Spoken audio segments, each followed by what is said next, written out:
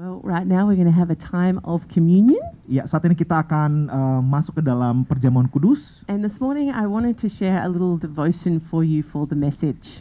Dan pada pagi hari ini saya akan menyampaikan renungan. So if you've got your Bibles there, we're going to be reading from Romans chapter 8. Jikalau Anda memiliki Alkitab bersama dengan Anda, boleh membukanya di dalam Roma pasal 8. And we're going to read from verses 31 to 39. Dan kita akan membaca bersama-sama dari Roma 8 ayat 31 sampai 39. And we're going to go verse by verse.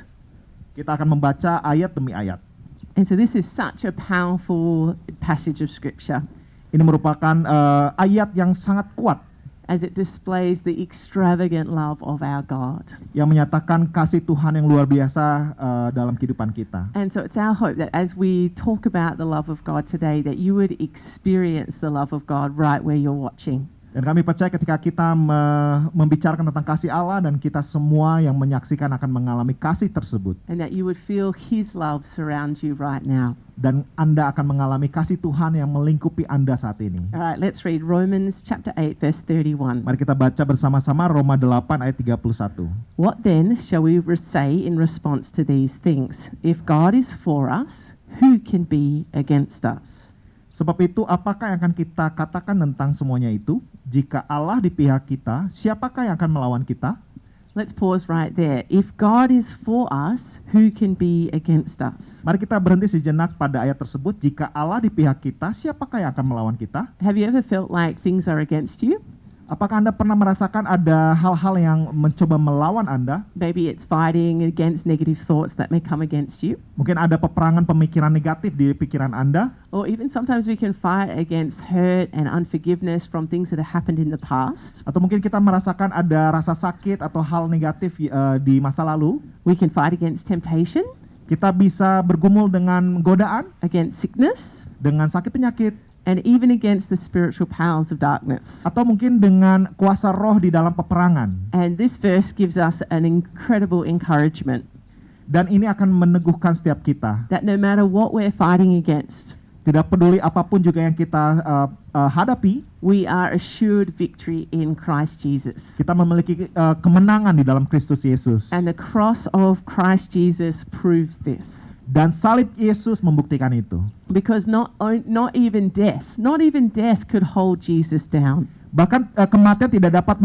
menghambat Yesus. Now, the enemy, Satan, who's also our enemy as followers of Jesus, Ya, tetapi iblis yang mencoba mengganggu kita. he thought that he had Jesus conquered, defeated. Ya, iblis berpikir bahwa dia sudah mengalahkan Yesus. But Jesus had other plans. Tetapi Yesus memiliki rencana. And what the enemy had meant for harm and destruction, Iblis mencoba melakukan kerusakan dan juga hal-hal yang buruk. God turned it around and used it for the salvation of mankind. Tuhan membalikannya untuk kemuliaan bagi nama Tuhan. So we can stand with confidence and say, if God is for us, who can be against us? Jadi kita dapat dengan teguh mengatakan jikalau Allah di pihak kita, siapakah yang dapat melawan kita? Let's read on in verse 32.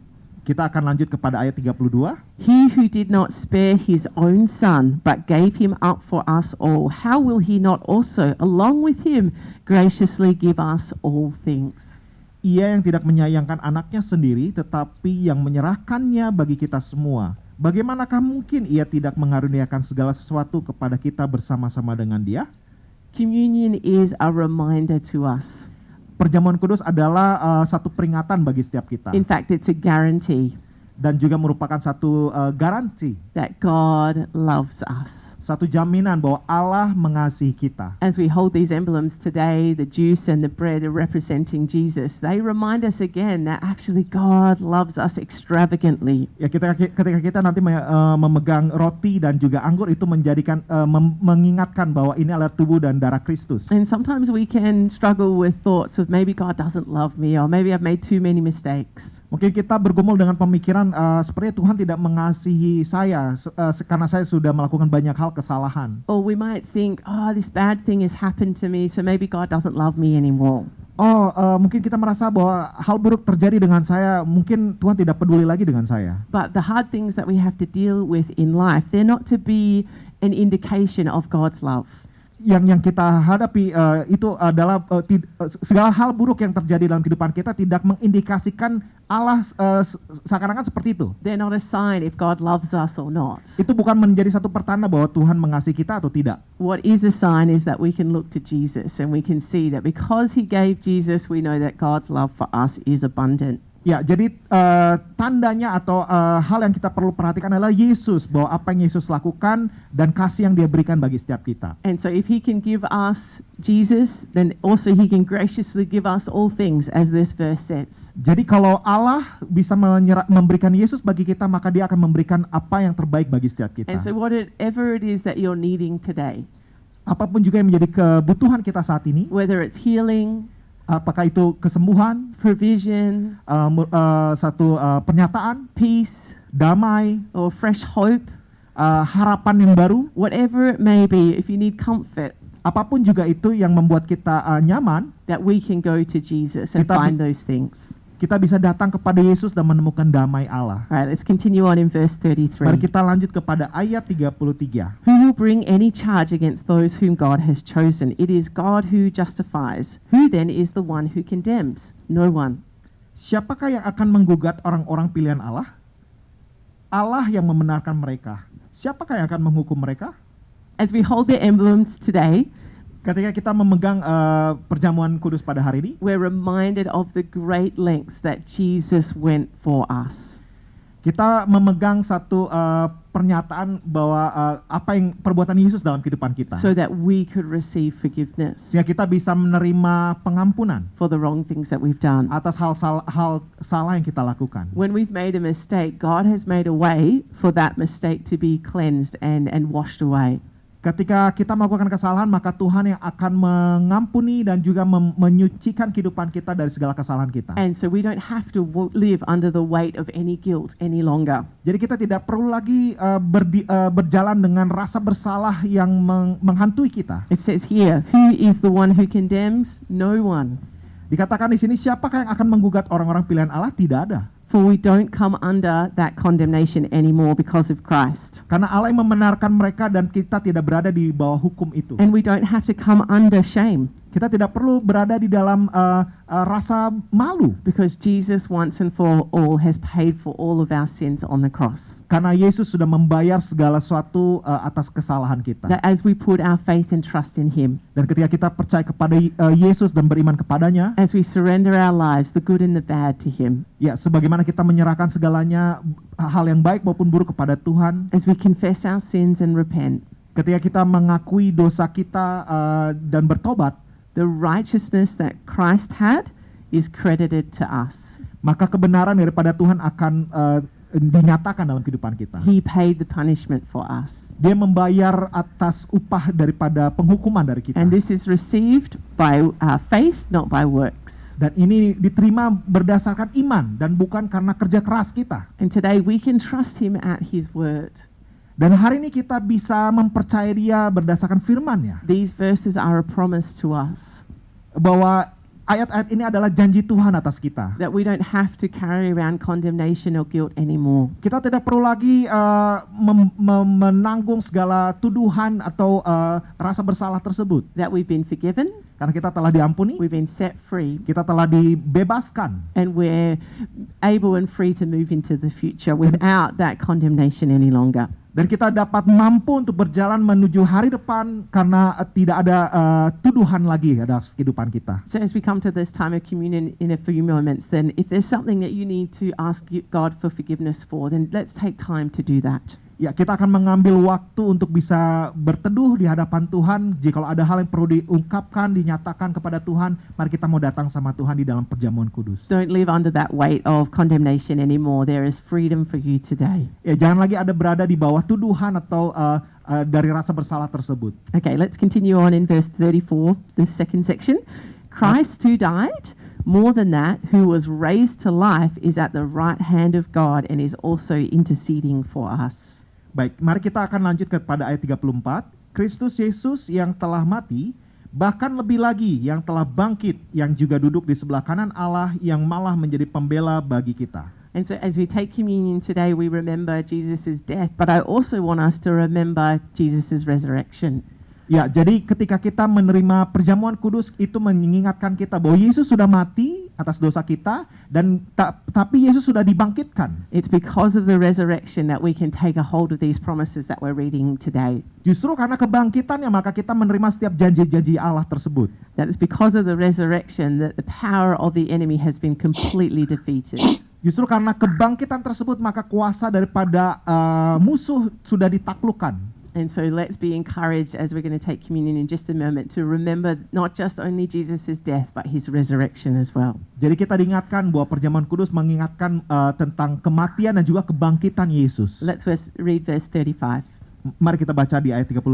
Who shall separate us from the love of Christ? Shall trouble or hardship or persecution or famine or nakedness, which is representing poverty, or danger or sword? As it is written, for your sake we face death all day long. We are considered as sheep to be slaughtered. Baik, kita akan baca bersama-sama di ayat 35 sampai 36. Siapakah yang akan memisahkan kita dari kasih Kristus? Penindasan atau kesesakan atau penganiayaan atau kelaparan atau ketelanjangan atau bahaya atau pedang? Seperti ada tertulis, oleh karena engkau kami ada dalam bahaya maut sepanjang hari. Kami telah dianggap sebagai domba-domba sembelihan. I love that the Bible addresses some of the hardships that we face in life. Saya menyukai bahwa Alkitab juga menyatakan tentang hal-hal sulit yang kita hadapi di dalam kehidupan.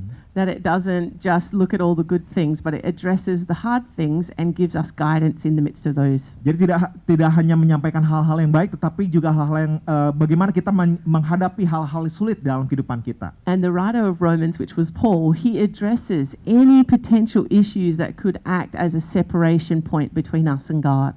Ya, Paulus menyampaikan hal-hal yang penting tentang apa yang menjadi pemisah antara Allah dengan manusia. And so basically he concludes that none of these things hold any power over us. Bahwa dinyatakan tidak ada kuasa apapun juga yang dapat memisahkan kita dari kasih Allah. Hardships don't have power over us. Baik itu hal sulit tidak dapat, penindasan tidak dapat memisahkan kita dari kasih Allah. Persecution doesn't have power over us.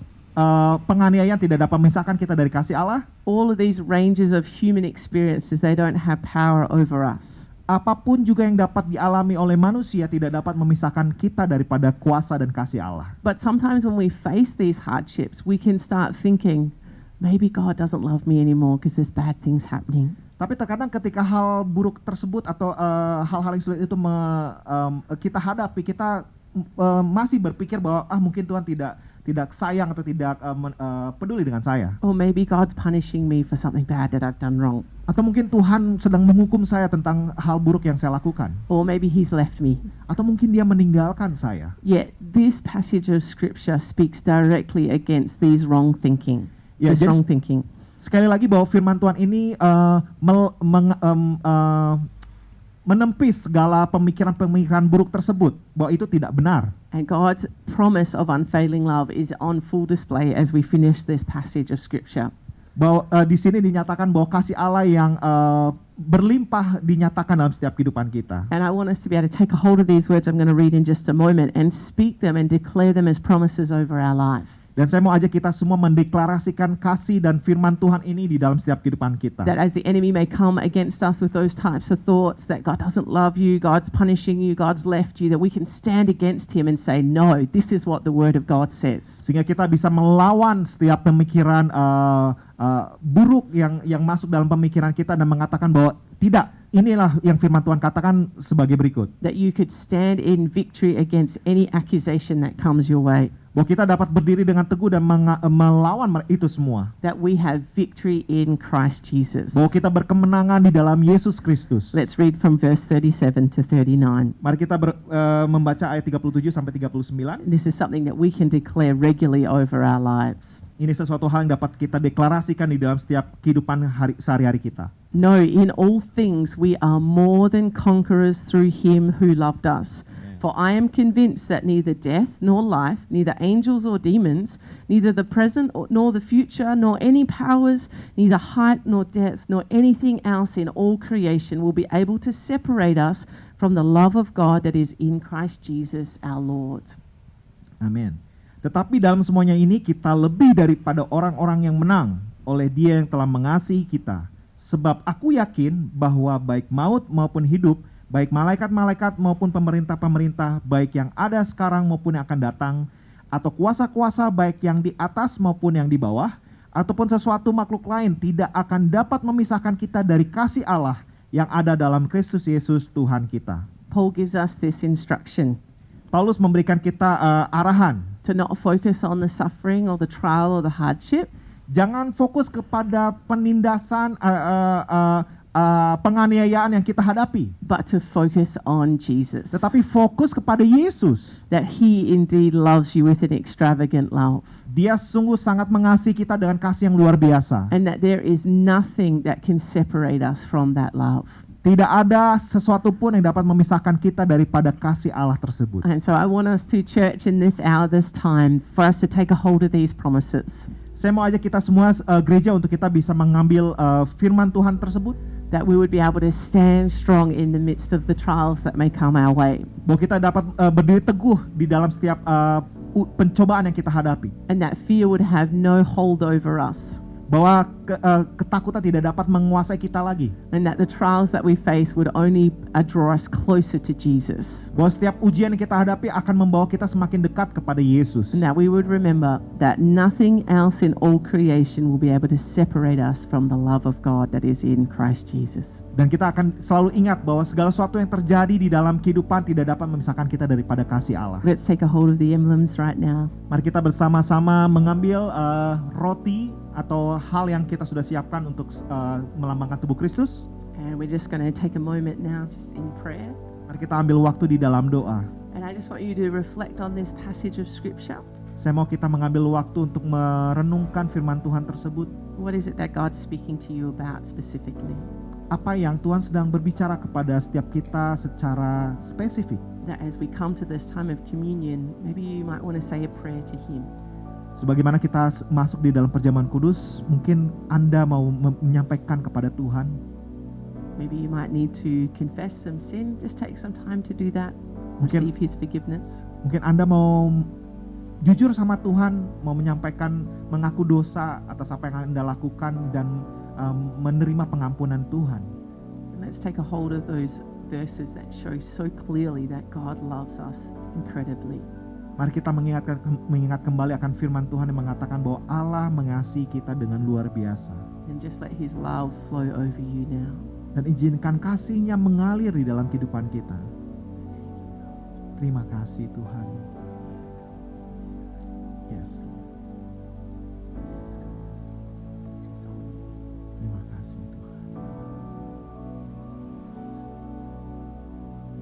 Thank you Jesus. God, we're so grateful for your love. Tuhan, kami sangat bersyukur atas kasih-Mu. We're so grateful for the forgiveness and grace that you offer us. Kami syukur akan pengampunan dan kasih karunia yang Kau berikan dalam kehidupan kami. As we take communion together today, we just want to say thank you. Ketika kami mengambil perjamuan kudus ini, kami mau katakan terima kasih. Thank you for your blood that was given for us Terima kasih untuk darah-Mu yang telah tercurah bagi kami. and your body that was given for us. Terima kasih untuk tubuh-Mu yang diberikan bagi kami. We're so thankful for your sacrifice. Kami sangat berterima kasih untuk pengorbanan-Mu. Thank you that you paid the price for our sins. Terima kasih bahwa Engkau sudah membayar atas dosa kami. We just receive your forgiveness and grace today. Dan kami menerima kasih dan pengampunan-Mu pagi hari ini. As we eat and drink right now, God, we just thank you for everything that you've done for us. Sebagaimana kami akan makan dan minum tubuh-Mu, kami mengucapkan syukur atas itu semua. We want to say we love you and we honor you, Lord. Kami mau katakan bahwa kami mengasihi dan kami menghormati-Mu Tuhan. Let's eat and drink. Mari kita bersama-sama makan dan minum. Thank you, Jesus. Terima kasih Tuhan Yesus.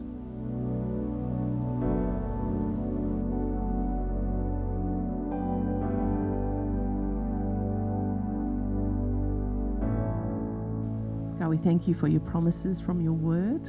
Tuhan, kami bersyukur dan berterima kasih untuk janji-Mu di dalam firman-Mu. And we thank you that your promises are true. Kami percaya bahwa janji-Mu ya dan benar. And we just want to take a hold of your promises today and to speak them over our lives. Kami mau terima semua janji-Mu itu dan kami mau katakan di dalam setiap kehidupan Thank you kami. that we're more than conquerors in Christ Jesus. Bahwa kami lebih daripada pemenang di dalam Kristus Yesus. Thank you that nothing can separate us from your love. Terima kasih bahwa tidak ada satupun yang dapat memisahkan kami dari kasih Allah. And we bring you praise and glory and honor. Kami berikan Engkau segala kemuliaan dan hormat. In Jesus' name we Di pray. dalam nama Tuhan Yesus kami berdoa. Amen.